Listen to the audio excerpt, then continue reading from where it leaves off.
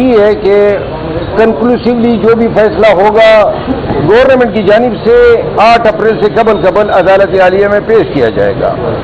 آج کل اگر آپ نے پشاور ہائی کورٹ دیکھی ہو تو پوری پی ٹی آئی آج ادھر موجود ہے، اور یہ ہماری ساری قیادت جو ہے وہ روزمرہ بنیادوں پہ عدالتوں میں مصروف ہو گئی ہے۔ گورنمنٹ نے مختلف علاقوں میں مختلف صوبوں میں پی ٹی آئی کے لیڈر کے خلاف ایف آئی آر درج کیے ہیں۔ اب آج ایوان کا بھی اجلاس ہے۔ ہماری پی ٹی آئی کی آدھی قیادت میں نے ابھی دیکھی مختلف عدالتوں میں موجود تھی۔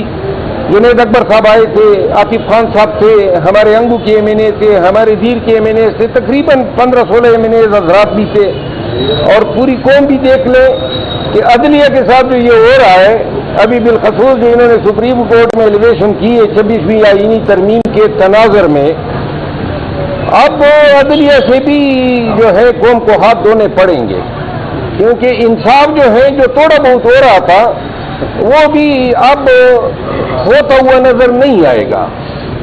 اور پاکستان جو ہے وہ ان سیاسی قوتوں، تمام سیاسی پارٹیوں جنہوں نے 26ویں آئینی ترمیم کے حق میں ووٹ دیا، قوم کا ابد ان کو بددعائیں دے گی، کیونکہ انہوں نے پاکستان میں بنیادی حقوق، جمہوریت کی بالادستی اور آئین و قانون کی حکمرانی جو ہے اس کی تابوت میں آخری کیل ٹھونک دی ہے۔ کوئی سوال ہو تو میں حاضر ہوں۔ شاہد الملک صاحب یہ بتائیے گا کس قانون کے تحت صوبائی حکومت کے پاس اختیار ہے کہ وہ آپ کے خلاف مقدمات ختم کر سکتی ہے؟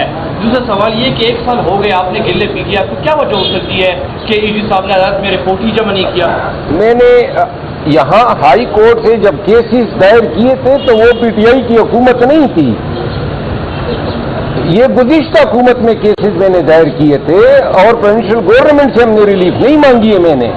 ہم نے تو عدالت کو کہا ہے کہ قانون کی کسوٹی پہ پرکھے جائیں کہ کیا یہ کیسز، الزامات یا یہ جرائم یا ایف آئی آر میرے خلاف بنتے یا نہیں، لیکن پروونشل گورنمنٹ کا ایک کردار ہوتا ہے، ان کو ریپرزینٹ کیا جاتا ہے۔ پروونشل گورنمنٹ نے ایک پالیسی اپنائی ہے کہ جو گزشتہ دور میں لغو بے بنیاد مقدمے ہوئے ہیں سیاسی ورکرز کے خلاف وہ وڈرا کیے جائیں گے، لیکن ابھی تک جو ہے اس حوالے سے کوئی چیز بلیک اینڈ وائٹ میں نہیں آئی ہے۔ تو کورٹ نے پھر کہا کہ جو کیسز نہیں بنتے ہیں اور حکومت وڈرا کرنا چاہتی ہے وہ آپ اس پہ حتمی فیصلہ کر کے عدالت کو آگاہ کریں۔ میرے کیسز کی نوعیت دوسری ہے۔ میں نے تو یہ کہا ہے کہ گورنمنٹ جو ہے یہ آ کے اپنا موقف دیں تاکہ ہم ارگو کر لیں۔ ہائی کورٹ میں کویشمنٹ میں حکومت کا ماننا یا نہ ماننا مانی نہیں رکھتا ہے، عدالت کویشمنٹ میرٹ پہ دیکھ کے فیصلہ کرتی ہے۔ تھوڑا سا اپنی جلسے کے حوالے سے بتائیں کہ لوگوں کو خلیج نظر آیا، تو باقی کی خلیج اس طرح ہے یا نہیں ہے کہ علی امین کنڈاکو صاحب اور آپ ایک طرف اور جنید اکبر صاحب دوسری جانب اور مرکزی قیادت جو ہے وہ آپ نے کہا بھی تھا کہ اگر یہ خوش نہیں تو میں نہیں آتا، پھر تو اسی وجہ سے تھوڑا سا بتائیں۔ کوئی پی ٹی آئی میں خلیج نہیں ہے۔ علی امین خان صوبے کے وزیر اعلیٰ ہے، جو ہیں ان لیڈر میں تھا جو میرے ساتھ گھوما ہے، دیر گیا ہے میرے ساتھ، باجوڑ گیا ہے، ملاکنڈ میں ہم گئے، اور بڑی تکالیف اور صعوبتیں اس نے برداشت کی، اور میں نے ان کے لیے ایک توانا آواز اٹھائی۔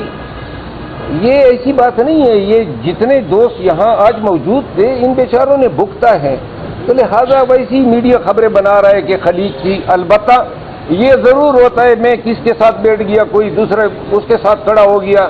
اب اس کی جو ہے تشریحات ہو رہی ہے کہ جناب میرا علی امین خان کے ساتھ کھڑا ہونا کسی خلیج کی جو ہے نشاندہی کرنا ہے، قطعاً غلط ہے۔ میں نے اپنا موقف 23 سیکنڈ کے خطاب میں بول دیا تھا، وہ میری عادت ہے، بول ہی جاتا ہوں۔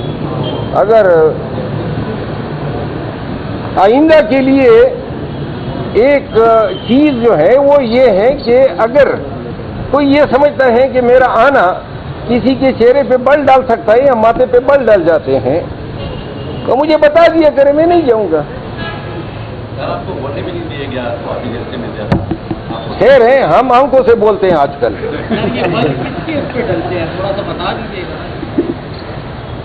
یہ تو کیمرے آپ کے پاس تھے نا، اس وقت کی آپ فوٹیجز دیکھ لیں۔